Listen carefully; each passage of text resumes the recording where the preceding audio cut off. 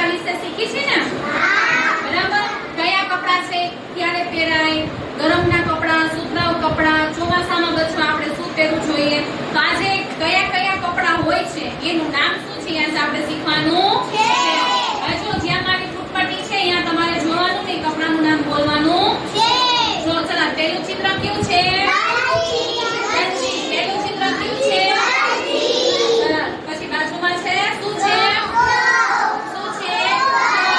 Frock ક્યાં પહેરાય? ઉપર. Frock ક્યાં પહેરાય? ઉપર. પછી ચલો અહીંયા જો આને શું કહેવાય? અહીંયા જો આને શું કહેવાય? કોટ. જો તમે લોકો બધા અહીંયા જો આને શું કહેવાય? જો અહીંયા કોટ ક્યાં પહેરાય? ઉપર. ક્યાં પહેરાય? પછી આને શું કહેવાય? આને શું કહેવાય?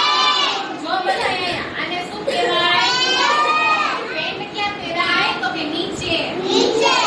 પછી આ શું છે? ટોપી. આને શું કહેવાય? ટોપી ક્યાં પહેરાય? ક્યાં પહેરાય? પછી આ શું છે? ટી-શર્ટ. અહીંયા જો બધા આને શું કહેવાય? જો ટી-શર્ટ ક્યાં પહેરાય?